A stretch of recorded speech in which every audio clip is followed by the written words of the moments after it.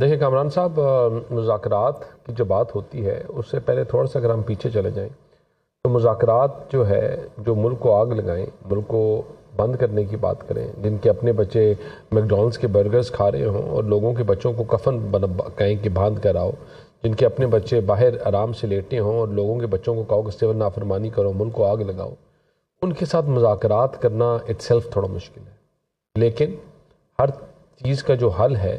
وہ ان the end dialogue ہے، لیکن ڈائیلاگ ان لوگوں کے ساتھ جو اس کے اوپر جن کے ایکشنز اور ورڈز جو ریسپریکیٹ کرتے ہیں اور چیز کو سیریسلی لیتے ہیں، وہ لوگ جو